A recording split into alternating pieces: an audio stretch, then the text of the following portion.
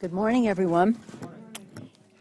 Thank those of you who joined us on the steps of the Capitol this morning as we talked about the Voting Rights Act that on August 6th marks the 50th anniversary of President Lyndon Johnson signing the Voting Rights Act. A couple of years ago, the Supreme Court negated some of the provisions of the act and instructed Congress to update its criteria. A simple matter, it would seem. We had bipartisan legislation to do just that. But this Republican House of Representatives has decided that it's right to go home with that business undone before the 50th anniversary. We think it is wrong to go home. And it's in sharp contrast to the Republicans in 2006 when we reauthorized the Voting Rights Act the last time. As you may recall, that was before we took the majority, so we were in the minority in the House, worked in a very close way, in a bipartisan way, with our Republican colleagues. We're able to walk down the steps of the Capitol that day, House and Senate, Democrats and Republicans, with a vote of nearly 400 House members voting for the Voting Rights Act and a unanimous vote in the United States Senate. I was honored to walk down with Senator Mitch McConnell and other bipartisan leaders, House and bipartisan bicameral leaders. And President George W. Bush very proudly signed the bill. In fewer than 8 years, the court overturned that part of the bill, was it 06 to 13, so 7 years. And in the 2 years since, it was a simple matter to make that adjustment. We had the bill, Mr. Conyers and Mr. Sensenbrenner, two of the original authors of the 06 bill. And yet, Republicans think it's all right to go home and undermine the fundamental principle of our democracy, of the ability of people to vote. Today, so thank you if you were out there in the heat. It would have been worth it to hear John Lewis and Jim Clyburn, who are so much a part of the civil rights movement, and John Conyers, who voted. He was the only person here now who voted for the Civil Rights Act in 1965. 1965 was a very big year. Not only the Voting Rights Act signed in August 6th, but today marks the 50th anniversary of President Lyndon Johnson signing Medicare and Medicaid into law. If you came to our birthday party, our pre-birthday party yesterday, you saw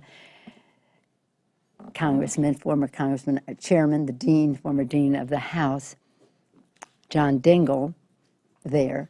He presided that day in 1965, and he brought the gavel that he used to gavel Medicare and Medicaid into law.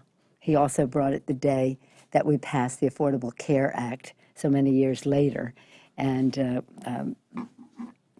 it's quite remarkable that this one man and his father, for decades, had been champions of providing access to health care for so many more Americans.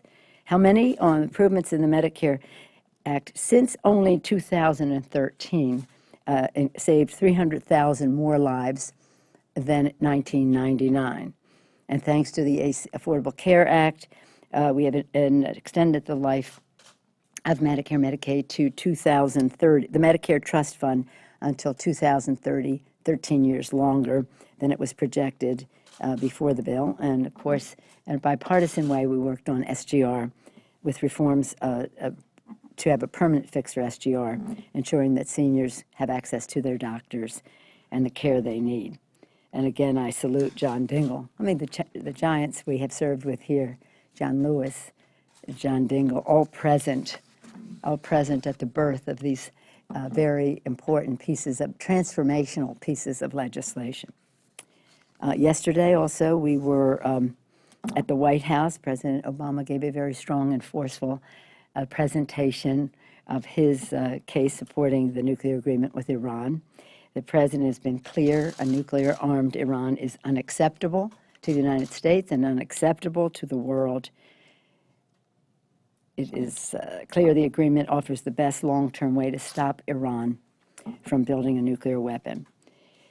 It's about increasing our vigilance on every aspect of the Iranian nuclear program, and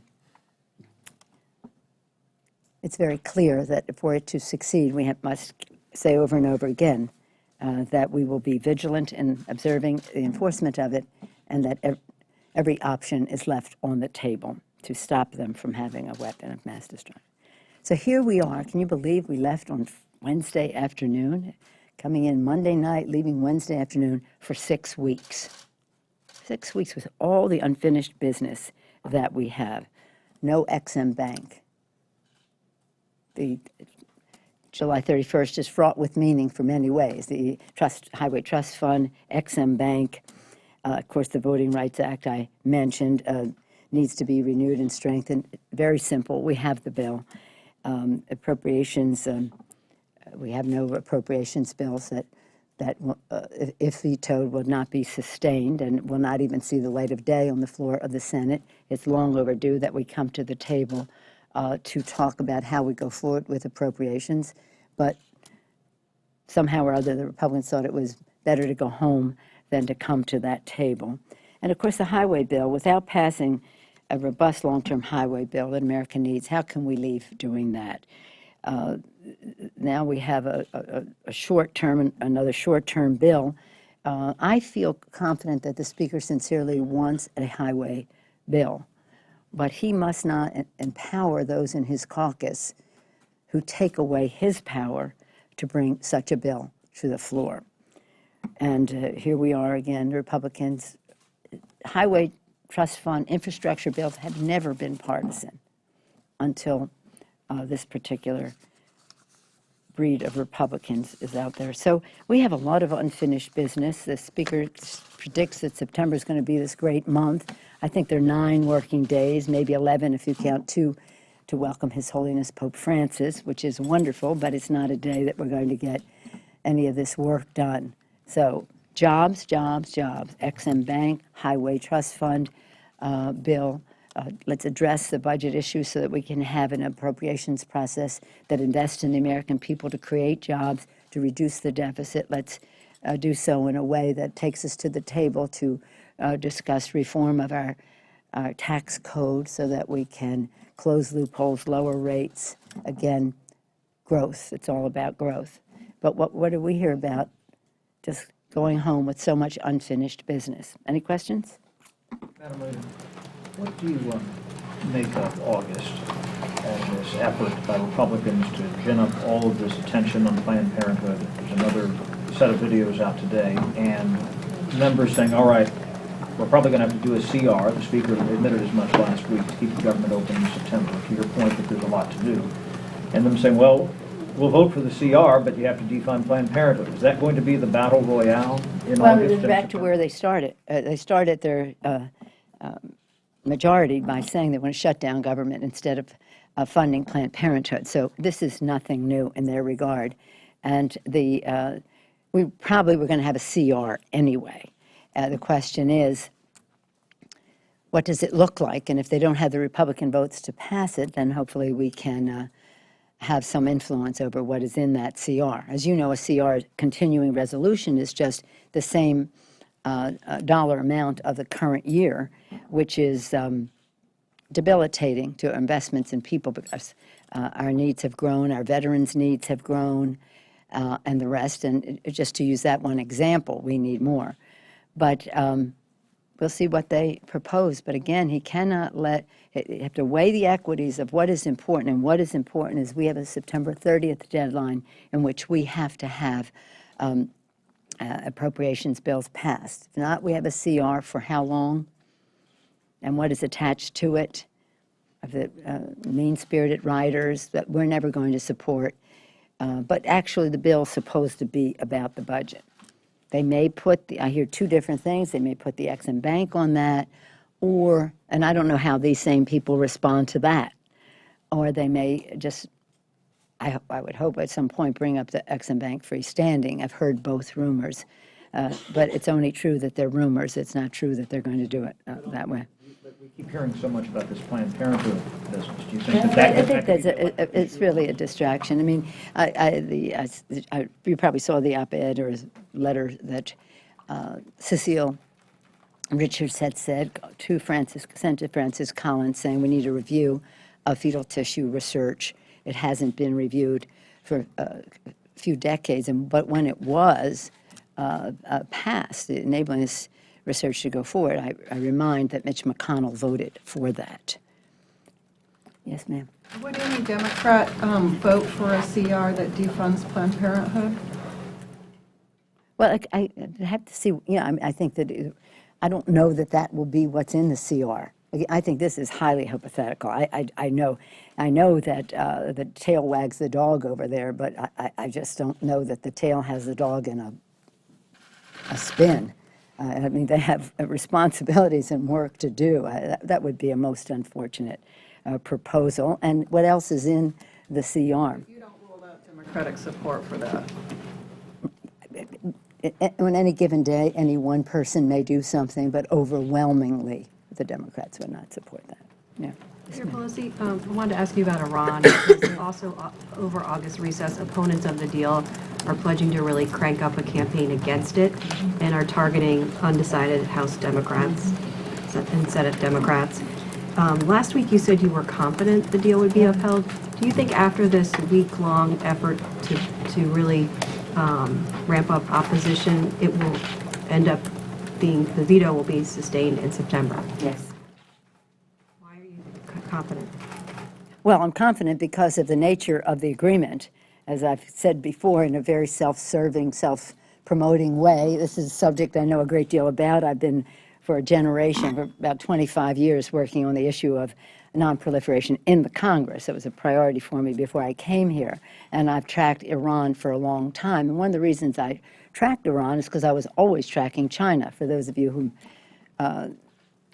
followed Congress all those years ago, China it still continues to be a major focus, whether it's trade barriers, whether it's proliferation of weapons of mass destruction technology, and whether it's human rights violations in China and Tibet. So China has been my focus. There isn't a day that goes by that I don't make myself as current as possible as what is going on in largely those three categories in China. And at that time, I could see sales of weapons to Iran and then from Russia and other countries.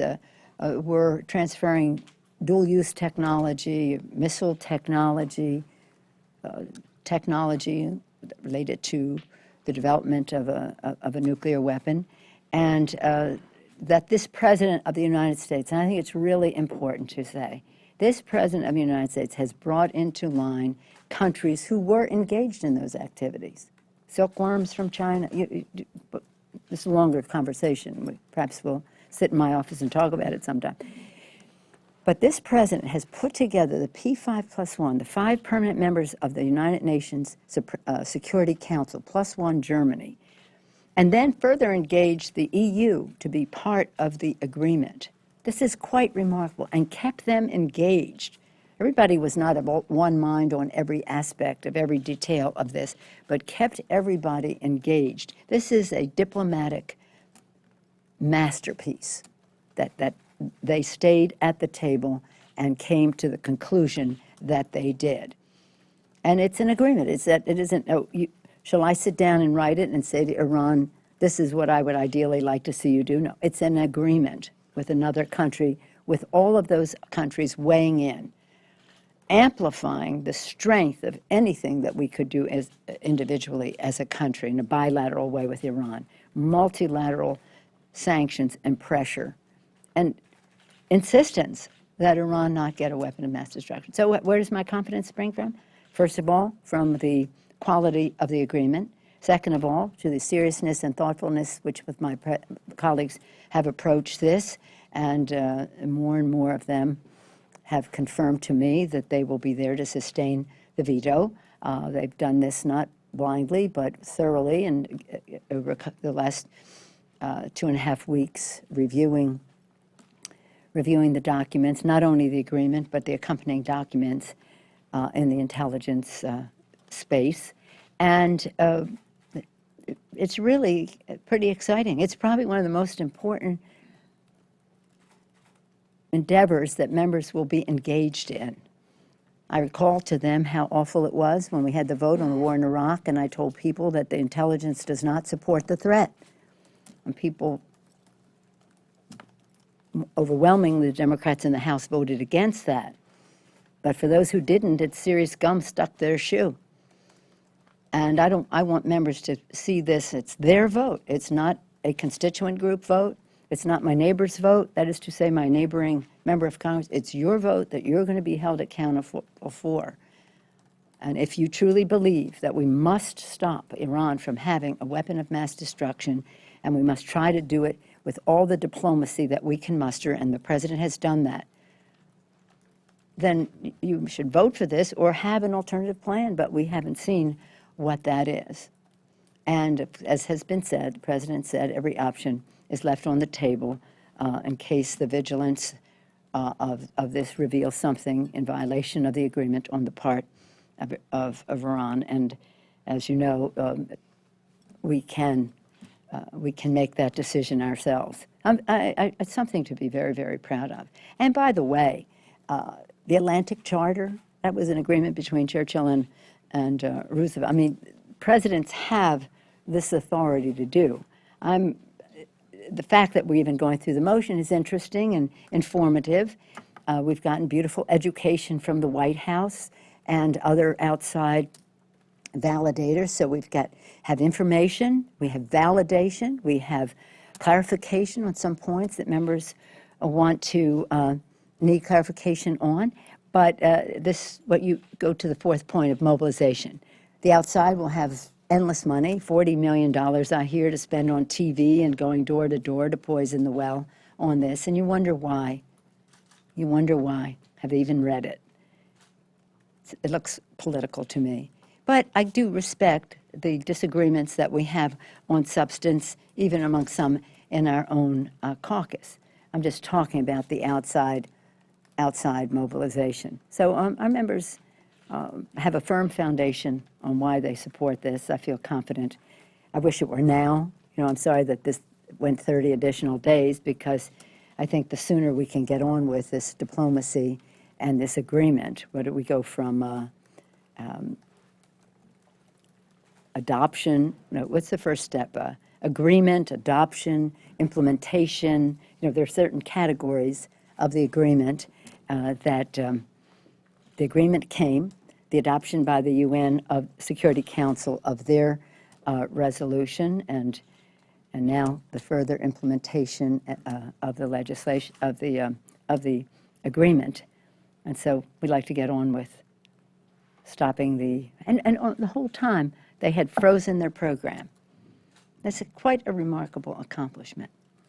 So, as I say, to tell the members, over time, this generation I'm talking about, for all countries, not just Iran, but Iran was in my sights, to use a term, you look at, do they have the technology? Do they have fissile material? Do they have the technology? Do they have the scientific know-how? This is really important. And do they have the launch capacity? And do they have the intent? So early on, they did not have, not much, this was not indigenous to Iran. And many of these countries that are now in the agreement were part of transferring technology, perhaps unwittingly as to what the intent was of Iran. We don't know exactly what that is. And hopefully it's not, as has been described by some, but we have to be vigilant. So whether it's the ability, the technology to make a weapon, whether it's a know-how to do it, scientists conveyed, transferred knowledge to and they're well-educated, sophisticated population, and they can engineer back. But I think you've seen in the press over the years some of the technology that has been transferred. Some of it is, shall we say, classified, but some of it has come out into the press where they have stopped buying stuff because they didn't trust it, buying stuff from other technology from other countries. So this is a very important agreement. The president should be so roundly praised for keeping everyone at the table, and a continuation of the work of George W. Bush, because he knew that everybody knew that we have to stop Iran from having a weapon of mass destruction.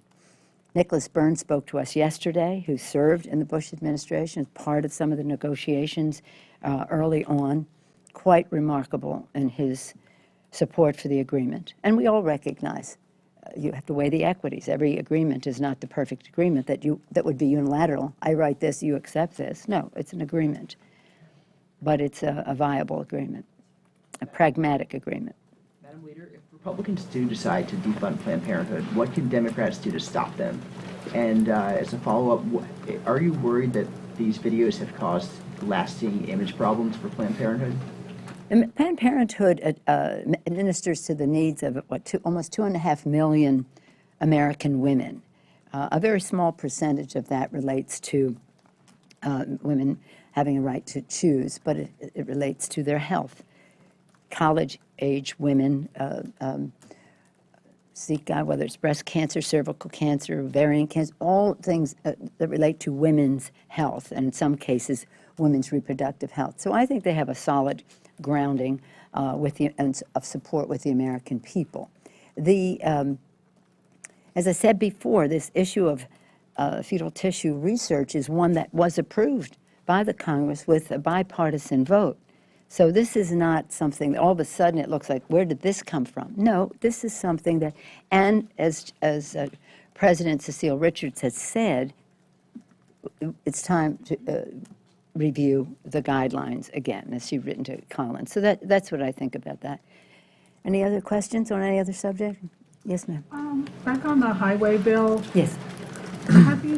one of the ideas being discussed is a hybrid between the Senate funding that's provided for 3 years and Ryan's tax plan for a total of 6 years. What do you think of that? Well, first let me salute Senator Barbara Boxer, former chair of the Committee of Jurisdiction. I think because of her leadership, we are at a place where at least we're discussing some choices in relationship to the highway bill. There are many good things, as I said last week at this meeting, there are many good provisions in the bill that I hope would be part of the final provision. Some of the pay-fors, as I said last week, but some of you all told me that they were taken care of, but maybe not fully. You'd have to ask the speaker specifically, but my impression is that the House would see something that resembles more of what our pay-fors are here. Leader McConnell has said, read my lips, no, what was the word he said, international funding or something like that. I don't know what the term of art he used, but he did say, read my lips, no, in relationship to what we were putting forth. I think, this is what I think. I think that the fact that we would use this repatriation of funds or changing inversions or whatever it is, there'll be a couple different pieces of it, for an investment in jobs in America is excellent.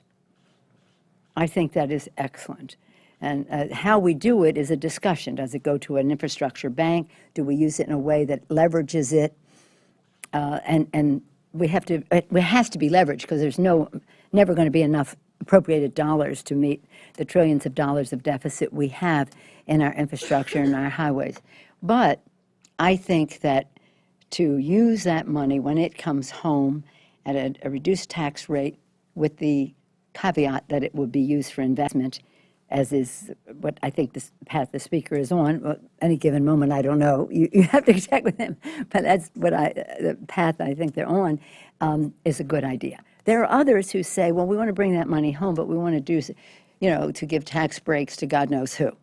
So, so while it's tempting to say, well, let's just take it all to the table and do tax reform, and that should be part of it. No, we should close the loopholes in order to bring down the corporate rate. I think that's something we all support.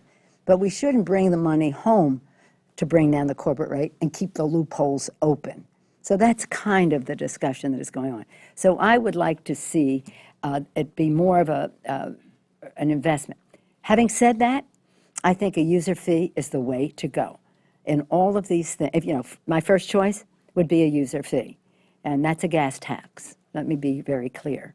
That any number of states have already instituted them. Nobody has paid any political price, Democrat or Republican, in any of those states. They have come to us and said, Do you do more? We did as much as we could. You do more. Because for what we do, it should be appropriate to what we're trying to achieve. For example, I don't support taking savings from Social Security and using them to build bridges. You know what I'm saying? If there is money to be saved, let's enhance Social Security with that. It should be in its own place, in my view. I have concerns about further use of the Strategic Petroleum Reserve, because that was supposed to be used for ending speculation in the oil markets, or to have an impact on price for the American consumer, not to pay for a different subject. Now, we used it some of it in the 21st Century Cures Act, and many of us voted for that bill. We didn't love the pay for, but to go over and above that, I think just really goes too far. But I commend Senator Boxer. Without her, we wouldn't even be having this discussion. She has the substance of the proposals she has put forth are excellent. The pay-fors are always a debate, and we have to really see when the bill ends. I know when I say that, people say, oh, well, when the bill ends, we'll see what it is when it ends over there, and people can make a judgment about it. I had hoped that we could bring it over here, act upon it with the appropriations process. What don't you like about it, this or that, and move it along more quickly.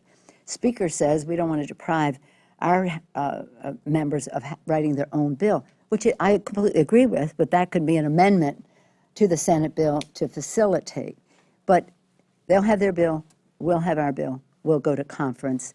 All of these issues, whether it's the substance of what we invest in, how robust the bill is, how it is paid for, it's going to take some time, and we don't really have that much time. So I would have hoped that this devotion to our having our own bill, which I fully subscribe to, could have been simultaneous with the Senate instead of consecutive, because we just don't have the time. Yes, ma'am. The highway bill has provided another example of House and Senate leadership on different pages, working from different playbooks. You have a good deal of experience with working on bicameral actions as a leader. Are you concerned at this point that Boehner and McConnell differences, disagreements, inability to stay on the same page could derail things like the highway bill in the future, like getting a spending bill done before October 1st, like other big pieces of legislation that Iran, the TPP, anything else that has to come through the chamber in the next year? No, I don't think so. I think that they have a healthy respect for each other and their disagreements. And if we all thought alike, there would be one need for one person to show up. But that's not what a democracy is about. And everyone represents their constituents in their legislative body. So I'm not concerned, but I'm more concerned about what's happening in the House, where a certain number of members have a stranglehold on the Speaker's ability to legislate. That, I think, is a bigger issue than whether the House and Senate, because many times in the House, Democrats and Republicans can find a way to get along better than with the other body. It's just a proximity issue. But no, yes, I'm concerned because we see no performance so far, but I'm always hopeful. And the members of the Appropriations Committee work closely together to produce bills. It's just that they're predicated, and that in a bipartisan way, it's just that they're predicated on a bad budget figure, and that's not one that we can live with or support, and that's why we have to go to the table. But I would be hopeful that weighing all the equities, understanding that we have a responsibility to the American people to get the job done, to have a budget that invests in growth in our country and meets the needs of the American people, to pass a highway bill which facilitates so much in commerce and in quality of life for people and job creation in an XM bank that keeps us dominant in the global economy and creates jobs here in America. The list goes on and on. I think that we should be able to come to terms with all of that. And it's the legislative process. But if you have if his caucus won't let the Speaker be the Speaker, that's really where more of the problem is. So we shall see how that unfolds. And again, I come back to what I always say, public sentiment is everything. Shutting down government is not a good option. It's a terrible one for the American people, and it proved to be very unpopular for them when the Republicans did it before. Let's hope that, I won't say saner, cooler minds prevail. Thank you all very much. I hope you have an interesting break. Perhaps I'll see you, perhaps I won't. I certainly will be in touch with my colleagues on these and other subjects over the break, and I'm sure you'll be aware of what those communications are. If you have any questions over that time, 24/7, Drew Hamel is right there for you. Giants are surging. Giants are surging. How about the Giants? When you talked about the Giants earlier, John Dingle and so on, I thought you were talking about the San Francisco Giants. You said the Giants was I wasn't here the day we talked about the Warriors and the Giants and just all of this. You reminded me the next day I showed up. Thank you all very much. Have a good day.